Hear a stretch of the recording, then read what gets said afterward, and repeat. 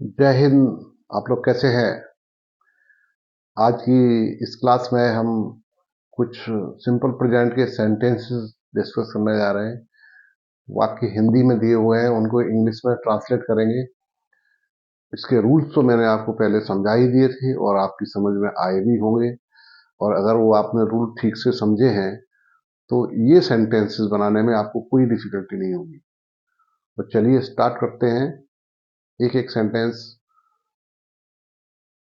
को इंग्लिश में ट्रांसलेट करेंगे और समझेंगे कि सिंपल प्रेजेंट टेंस को सेंटेंस इंग्लिश सेंटेंस जो होते हैं कैसे फॉर्म करते हैं। चलिए, सूर्य प्रतिदिन पूरब में उदय होता है।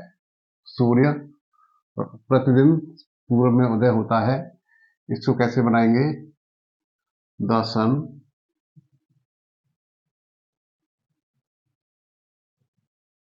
द सन राइजेस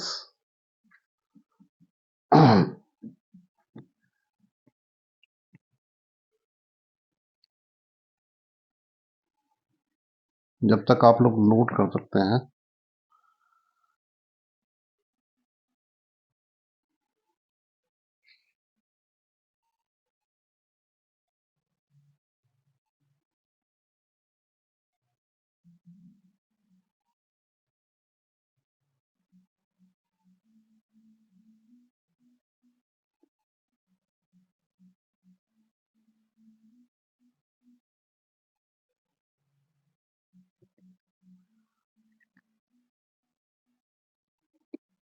ओके, तो सूर्य प्रतिदिन पूरब में उदय होता है। सबसे पहले हम सब्जेक्ट देखते हैं। सब्जेक्ट है सूर्य, द सन।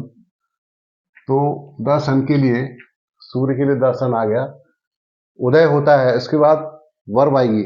उदय होना, राइज। राइज मीन्स उदय होना। तो यहाँ आएगा राइज, RISE, राइज। इसमें एस लग जाएगा।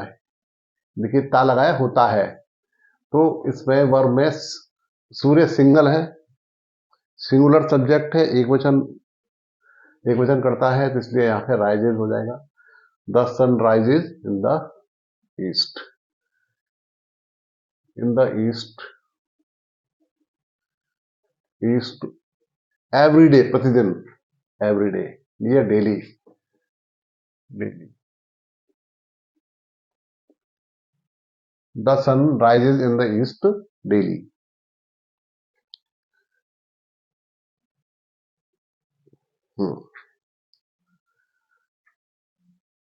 ये समझ में आ गया होगा राइजेज क्यों आया है, क्योंकि वर्ब में एस हमने जोड़ा है।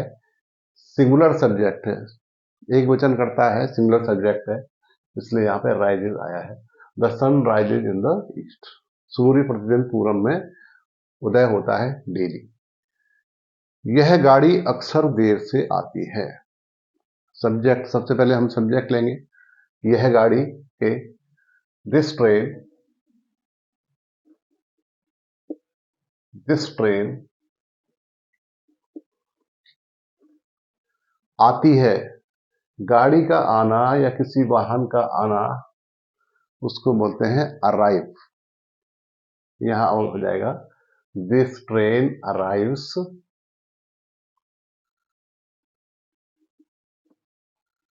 अराइव है, इसमें एस जोड़ देंगे, अराइव्स हो जाएगा। ठीक है, क्योंकि सिंगुलर सब्जेक्ट, इसमें भी वही कंडीशन है कि सब्जेक्ट एक वचन है, सब्जेक्ट सिंगुलर है, इसलिए दिस ट्रेन अराइव्स लेट। देर से आती है, कैसे आती है? लेट।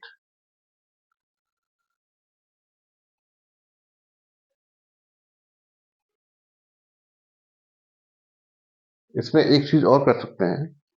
अक्सर की इंग्लिश जो है ना, हम अराइव से पहले भी लिखेंगे। दिस ट्रेन, अक्सर को बोलते हैं ऑफन। ठीक है, दिस ट्रेन ऑफन, OFTEN, इसमें टी साइलेंट है। ठीक है, this train often arrives late. This train often arrives late, यह गाड़ी अक्सर देर से आती है। सभी विद्यार्थी अपना गृह कार्य पूरा करते हैं। स्टूडेंट, सभी विद्यार्थी, सब्जेक्ट हो गया सभी विद्यार्थी, तो लिखेंगे इसको ऑल द स्टूडेंट्स, सभी विद्यार्थी के लिए ऑल द स्टूडेंट्स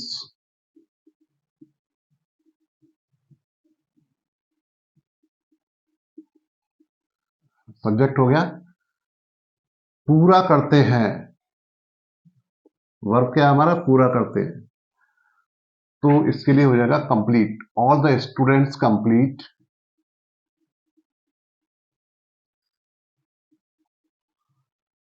कंप्लीट माने होता है पूरा करना। ऑल द स्टूडेंट्स कंप्लीट अपना गृह कार्य, स्टूडेंट्स के लिए, स्टूडेंट क्या है प्लूरल है, थर्ड पर्सन का प्लूरल है, तो थर्ड पर्सन में प्लूरल जहां होता है वहां अपना की इंग्लिश क्या लगेगी देयर।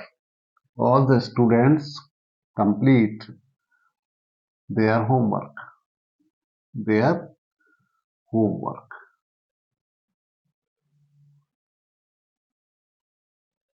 यहां लिख देंगे नीचे, या नहीं आ रहा तो इसको नीचे लिख देंगे, कोई बात नहीं, their homework.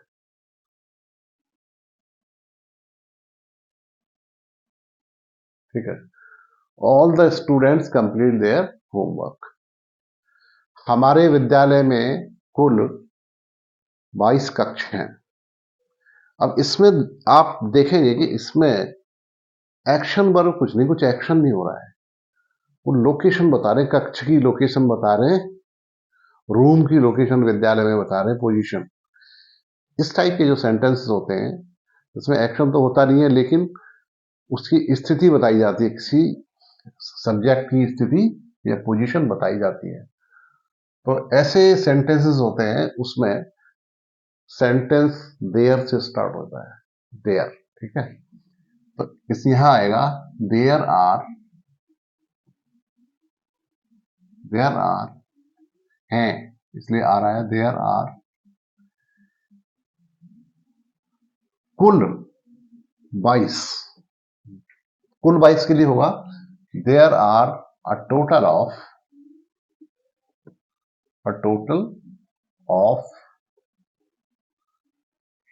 22 rooms, 22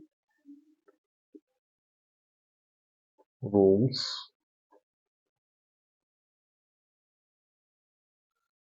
in our school।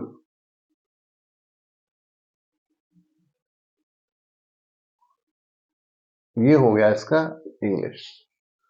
There are a total of 22 rooms in our school। हमारे विद्यालय में कुल 22 कमरे हैं। इसी टाइप का ये अगला सेंटेंस है, कोई दरवाजे पर है, कोई दरवाजे पर है। ऐसे सेंटेंस भी जिसमें कुछ एक्शन तो नहीं हो रहा है, लेकिन उस सब्जेक्ट की पोजीशन बता रहे हैं। तो सब्जेक्ट कहां है, कर्ता कहां पर है कहीं दरवाजे पर है। ये सेंटेंस भी देयर से ही स्टार्ट होगा। कैसे देखिए, देयर इज, अब सिंगुलर सब्जेक्ट है तो इज आ जाएगा, यहां प्लूरल था इसलिए आर आ गया। ठीक है ना, तो देयर इज कोई, कोई के लिए इंग्लिश लिखेंगे समवन, देयर इज समवन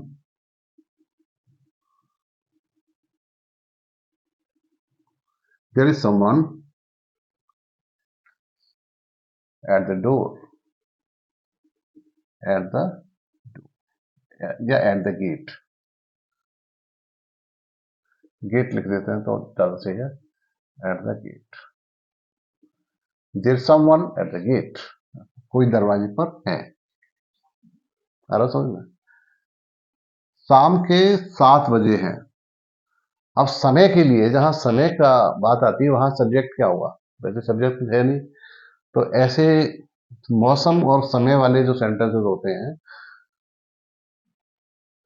ऐसे में इट का प्रयोग होता है, सब्जेक्ट हमारा इट होता है। ठीक है, तो इट हुआ, इट इज शाम के 7 बजे हैं, 7 PM, 7 PM, 7 PM, शाम के 7 बजे, या it's 7 o'clock in the evening. मेरी घड़ी में 7 बजे हैं, मेरी घड़ी में 7 बजे है, यहां भी समय बता रहा है, लेकिन मेरी घड़ी शब्द और जोड़ रहे हैं, तो यहां पर होगा इट्स। इट इज को हम इट्स भी लिख सकते हैं, ठीक है, इट्स 7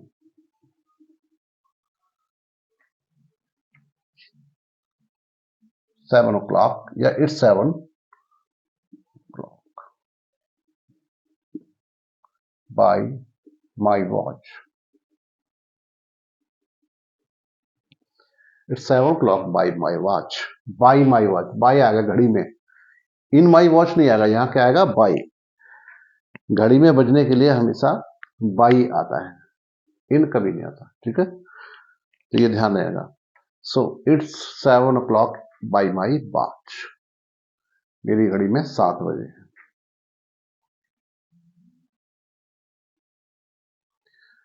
तुम आजकल ऑफिस क्यों नहीं जाते हो?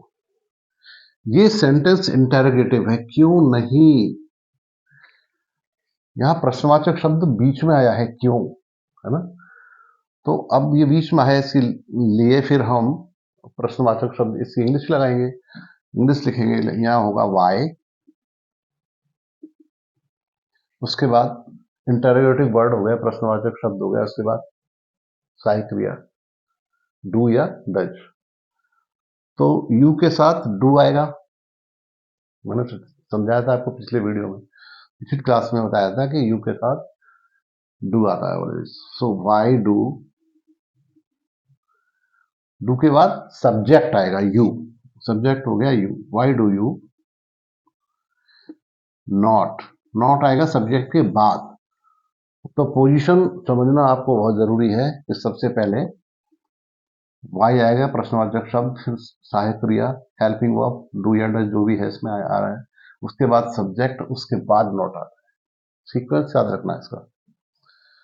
सो why do you not go to office, why do you not go to office. तुम आजकल, आजकल, आजकल के लिए भी इंग्लिश लिखेंगे nowadays, office nowadays, nowadays, आजकल की इंग्लिश होती है नाउ डेज।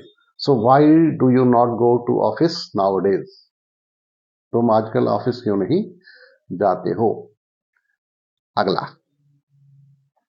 सेंटेंस है, इस विद्यालय में कितने छात्र पढ़ते हैं, कितने, कितने छात्र, है ना, तो कितने के लिए होता है हाउ मेनी, गिनती जहां नंबर आता है वहां हाउ मेनी होता है।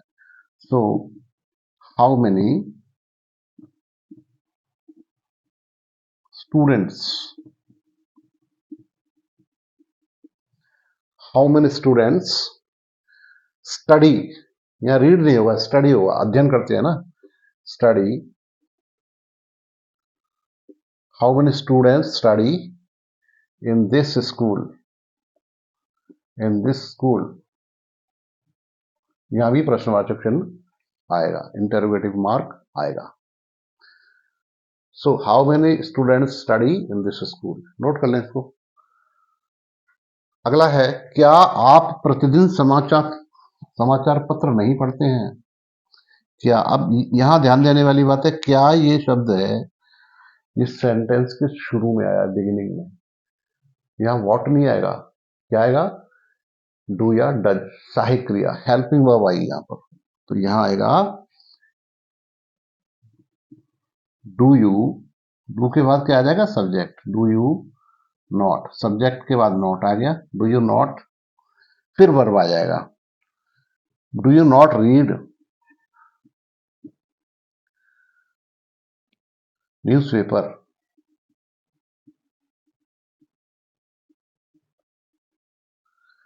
Do you not read newspaper daily?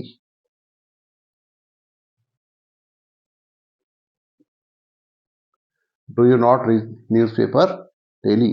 क्या आप प्रतिदिन समाचार पत्र नहीं पढ़ते हैं? मैं कभी गलत लोगों से नहीं मिलता हूं।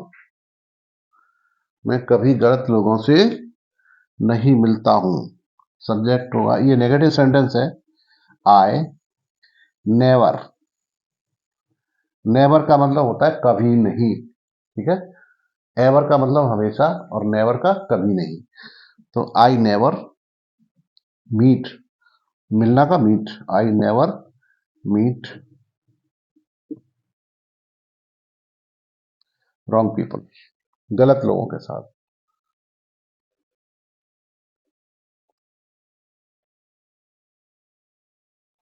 I never meet wrong people, मैं गलत लोगों के साथ नहीं मिलता हूं। I never meet wrong people.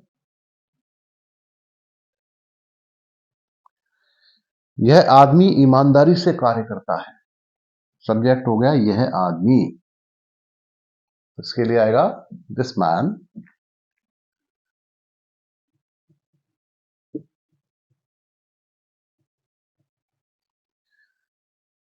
कार्य करता है। इसके लिए आएगा वर्क। वर्क माने कार्य करना, और इसमें एस जोड़ देंगे, ठीक है, क्योंकि सब्जेक्ट सिंगुलर है, दिस मैन एक वचन है। तो दिस मैन वर्क्स ऑनेस्टली। ईमानदारी से मतलब honestly, honestly. This man works honestly. यह आदमी ईमानदारी से कार्य करता है। ऑनेस्टली क्या है? ये एडवर्ब है। ये वर्ब को, वर्ब जो वर्क्स है इसको क्वालिफाई कर रहा है कि वो कार्य करता है। कैसे कार्य करता है? ऑनेस्टली, ईमानदारी से कार्य। आई होप ये सभी सेंटेंसेस आपने सीखे, समझ में आए होंगे, और आपने नोटबुक में नोट भी किए होंगे। और अब आपका present indefinite tense, simple present tense complete हो गया। अगली वीडियो में हम आपको दिखाएंगे, अगली क्लास में, सिंपल पास्ट टेंस या पास्ट इंडेफिनिट टेंस। उसको कंप्लीटली आपको सीखना है। जैसे इसको सीखा है उसको भी मन लगा के सीखिए। तो इस तरह से सारे सेंटेंसेस आपको हम वन बाय वन सिखा देंगे, जिससे आपको इंग्लिश लर्निंग, स्पीकिंग में कोई दिक्कत नहीं आएगी। अगर वीडियो अच्छी लगी है तो लाइक शेयर जरूर करें, और कमेंट में लिखें कि वीडियो आपको कैसी लगी, अवश्य लिखें। और चैनल पे अगर नए हैं तो सब्सक्राइब तो कर ही दें, अगर सब्सक्राइब नहीं किया तो। आगे और अच्छी अच्छी वीडियोस आपको मिलती रहेंगी। So wish you all the luck, good luck, and Jai Hind to all of you.